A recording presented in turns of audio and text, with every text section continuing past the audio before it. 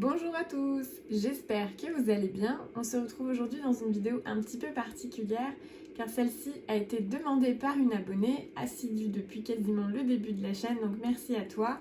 Merci beaucoup pour ton soutien, je pense que tu te reconnaîtras. Et du coup, on parle tout de suite donc de tout ce qui est indispensable selon moi du coup pour débuter avec la machine Cricut. N'importe laquelle d'ailleurs, parce que il n'y a pas de bonne ou de mauvaise réponse dans cette question, tout simplement parce que ça va dépendre de beaucoup de choses. Ça va dépendre de votre budget. Hein, souvent on vient me demander, voilà, je voudrais débuter avec la Cricut, mais je ne sais pas laquelle commander. Eh bien, il n'y a pas de bonne ou de mauvaise réponse. Ça va dépendre de votre budget, de ce que vous souhaitez en faire. Et puis voilà, c'est déjà pas mal. C'est déjà pas mal. Déjà, rien que la question budget, c'est quand même une grosse question, hein, parce qu'on n'a pas tous les moyens de se prendre la dernière Maker à la mode, donc c'est-à-dire la Maker 3. Mais heureusement, il y a les anciennes générations où il y a des gammes plus petites comme la Explore ou la Joy qui permettent quand même de faire pas mal de choses.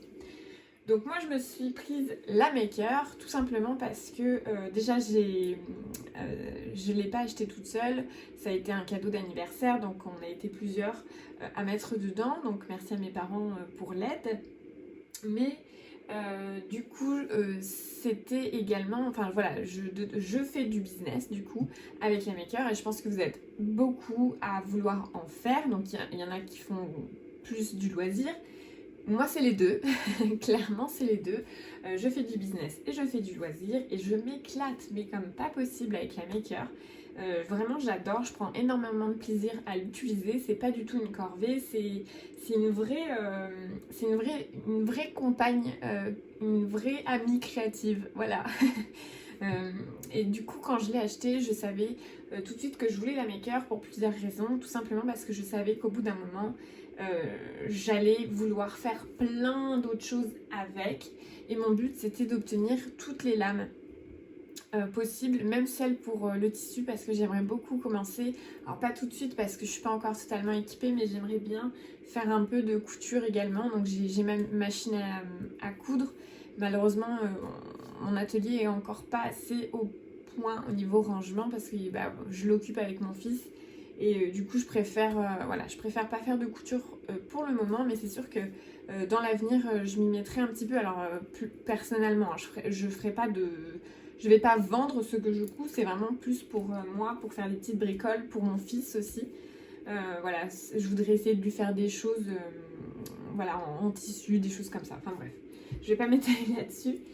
Mais voilà, je savais que du coup, la Maker, j'aurais envie de prendre toutes les possibilités. Quand j'ai su qu'elle faisait du cuir et du bois, eh ben, je voulais faire ça aussi. Les lames rotatives, je trouve ça hyper sympa. La lame de perforation, c'était mon rêve de la tester. Je suis très contente de l'avoir et je la trouve super. Alors c'est sûr que ça, ce que je suis en train de vous dire, c'est pas du tout des indispensables, hein. Clairement, c'est du plus. Mais voilà, si dans vos objectifs à vous, c'est un jour d'obtenir toutes les lames de la Cricut et de tester toutes ces possibilités, penchez-vous sur une gamme Maker. Maintenant, si votre but c'est uniquement de mettre des prénoms sur vos créations parce que vous faites principalement de la couture, je vous conseille pas du tout la Maker. Enfin, vous pouvez prendre n'importe quelle machine, ça fonctionnera tout pareil. Si votre but c'est plutôt faire du scrapbooking, vous n'êtes pas du tout obligé d'investir non plus dans la Maker. Vous pouvez rester sur la Explorer, ça fonctionne très très bien également. Alors sur la Maker, il y a toutes les lames à engrenage, donc toutes les lames rotatives. Donc c'est sûr que la lame de rainurage, elle est sur la Maker. Maintenant, c'est pas pour ça qu'il faut se dire il faut absolument que j'ai la Maker parce que vous pouvez tout à fait avoir la Explorer et utiliser le stylet de rainage. Déjà, il est beaucoup moins cher que la roue de rainage. Donc, si au niveau budget vous êtes un petit peu coincé, partez plutôt là-dessus. Donc voilà, en fonction du projet que vous voulez faire, il faudra vous pencher vers une machine, mais c'est aussi également en fonction de votre budget. Si vous avez les moyens clairement de vous acheter la Maker, prenez la Maker. Au moins la Maker 3, hein, peu importe. Mais voilà, au moins vous aurez, voilà, vous serez au top du top et puis c'est tout. Maintenant, que ce soit la Explore ou la Joy, elles sont très bien, toutes les machines sont très bien. Il n'y a pas de mauvaise machine, hein. Il n'y a pas du tout de mauvaise machine. Voilà, donc une fois que vous avez choisi votre maker, enfin votre machine, pardon, vous avez fait le plus dur, on va dire. Et bah, après, vous pouvez vous équiper. Donc maintenant, si vous faites du thermocollant et du vinyle, l'outil indispensable que vous allez très vite comprendre, bah, c'est le, c'est le crochet d'échenillage. Clairement, voilà, hein, si vous ne l'avez pas, vous allez galérer. Voilà, de toute façon, les autres outils, moi je les ai et c'est du plus. Voilà, celui-là, c'est celui qu'on utilise le plus. Après, c'est la pince. Moi, j'ai la pince ici. Celle-ci, je l'utilise pas mal. Et puis, bah, comme je vous l'ai dit, le stylet drainage. Voilà, le stylet drainage, si vous n'avez pas envie d'investir dans la roue drainage pour tout ce qui est pliage, prenez ça, c'est largement suffisant. Je trouve ça... Moi, j'ai les deux, du coup. Et en fonction de ce que je fais, bah, des fois je prends le stylet et des fois je prends la roue. Mais c'est vrai que j'ai tendance à beaucoup plus utiliser la roue parce que je l'ai. Donc voilà. Autre indispensable, les spatules ou raclette ou racloir. Je ne sais jamais comment trop l'appeler. Moi j'appelle ça spatule. Bah voilà, peu importe la taille, du moment que vous en avez une, bah c'est hyper pratique. Bon après c'est pas 100% indispensable parce que vous pouvez prendre une carte bleue, mais franchement c'est ergonomique quoi. Vous avez la carte bleue, c'est quand même vachement plus petit. Et puis il y a, voilà, c'est peut-être tout bête, mais vous voyez, il y a cette forme là. Bah, c'est voilà, c'est pas pour rien, hein, clairement. Donc voilà. Voilà les indispensables. Donc, une fois que vous avez choisi votre maker ou votre Explorer ou votre Joy, si jamais vous faites du thermocollant, je vous conseille la EasyPress. Niveau budget, je trouve que c'est ce qu'il y a de mieux parce qu'il y a, en tout, il y a 3 tailles différentes de EasyPress.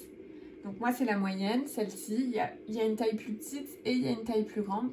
Clairement la moyenne c'est suffisant pour faire des projets, surtout que si vous avez un projet plus grand, vous y prenez en plusieurs fois et puis c'est tout. Maintenant, ça par contre c'est indispensable. Pour faire des raccords, pour faire des tout petites personnalisations, c'est hyper agréable, elle est légère. La force, on n'a pas besoin d'appuyer comme une folle. Celle-ci, forcément, il y a besoin de plus de force.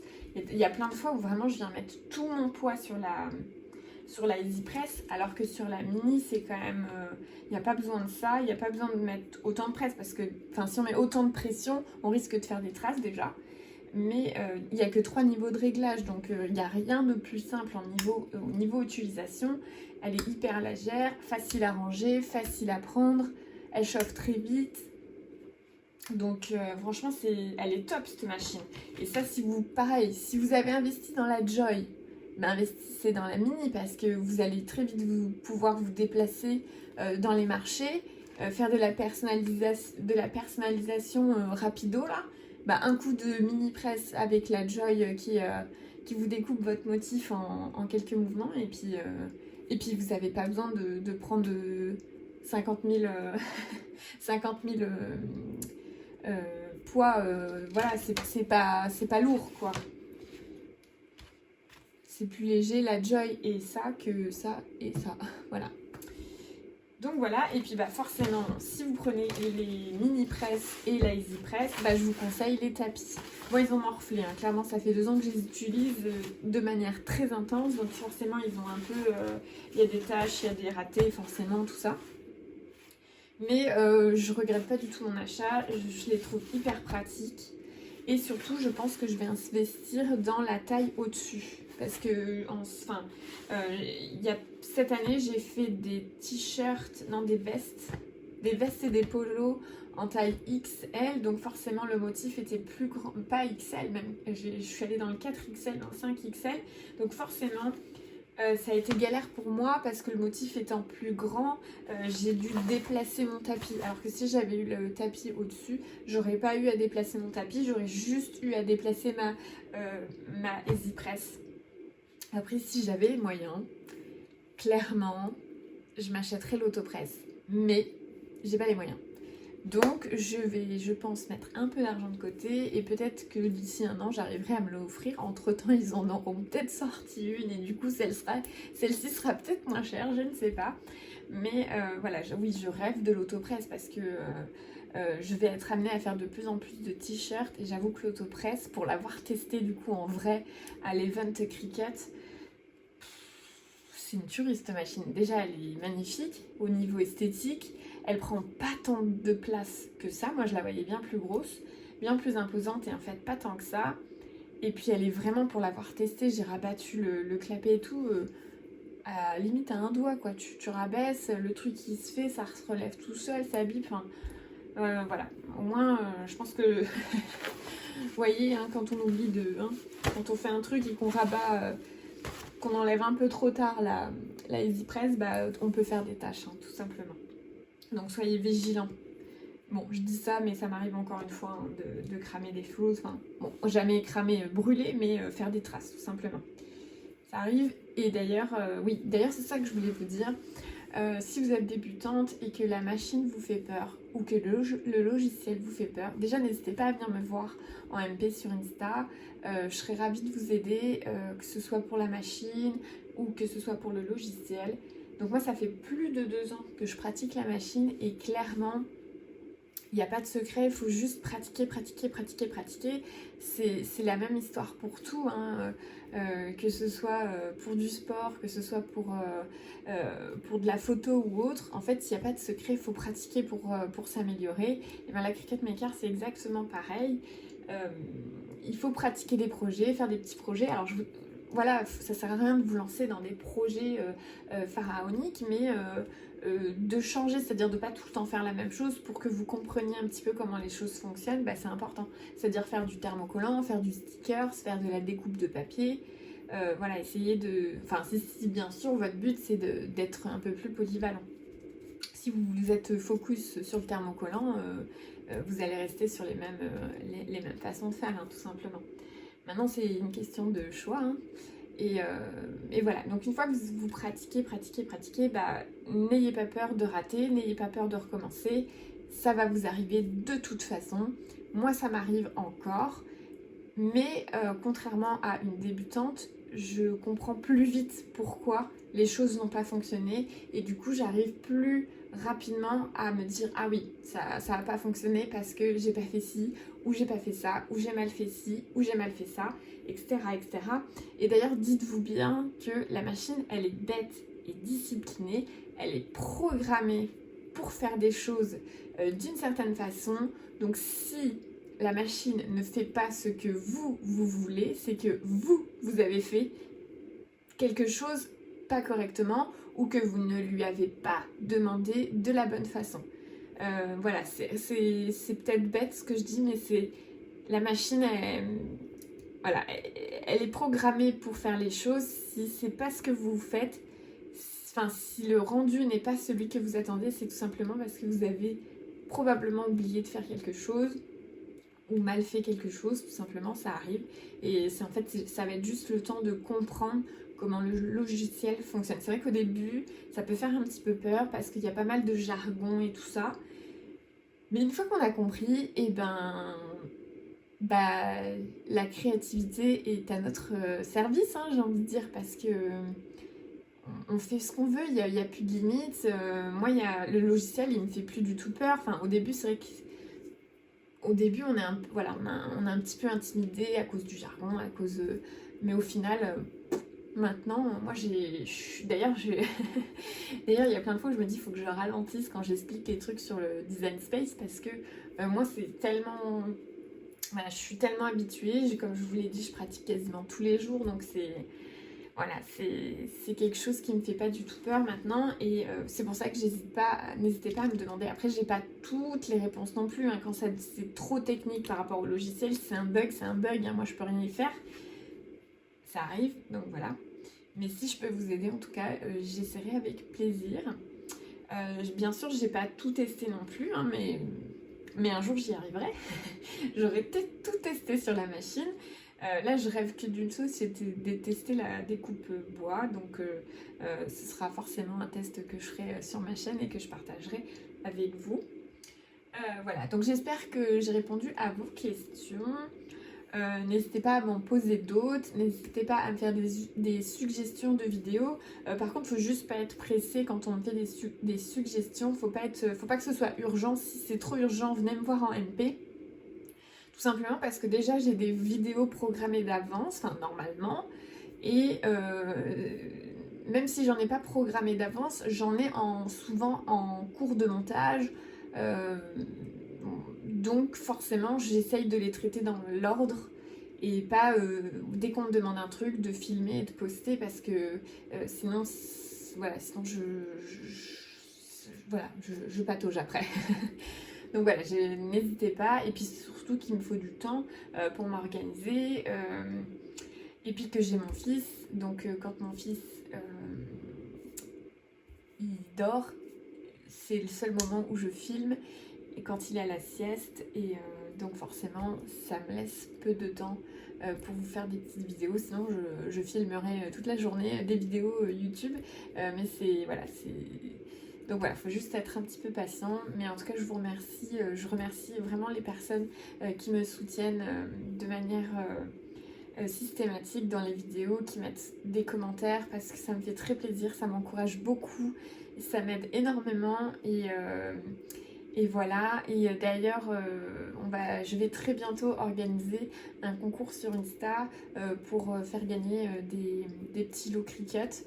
Donc oui, parce qu'on a atteint les 1000 abonnés il n'y a pas très longtemps, donc merci, et je suis trop contente.